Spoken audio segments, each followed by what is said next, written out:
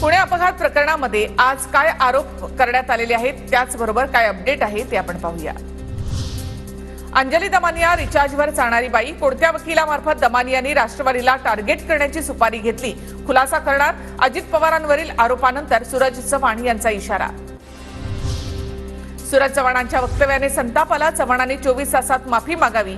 दमानिया आक्रमक, तर माझे मोबाईल कधीही तपासा, अजित पवारांचे फोन तपासणार का, दमानियांचा सवाल। डॉक्टर अजय तावरेंच्या जीविताच्या सुरक्षेची काळजी वाटते, सुषमा अंधारे यांनी ट्विट करत व्यक्त केली शंका। सगळ्यांची नावं जाहीर करेन असं तावरेचं होतं वक्तव्य। या प्रकरणी आरोग्य खात्यासंदर्भात निकालानंतर खुलासे करणार अंधारेंची माहिती।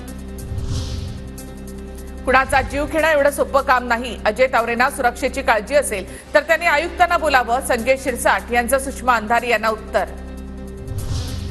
अजय तावरे, पल्लवी सापळेंसारखी अनेक नावं समोर येतील। या सर्वांचा आणि 6व्या मजल्याचा काय संबंध, सर्व गोष्टी पुढे यायला पाहिजेत, सुषमा अंधारे यांचा निशाणा।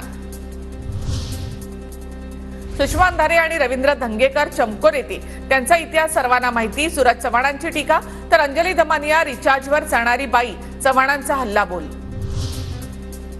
पुण्यामध्ये खोटे गुन्हे दाखल होतात।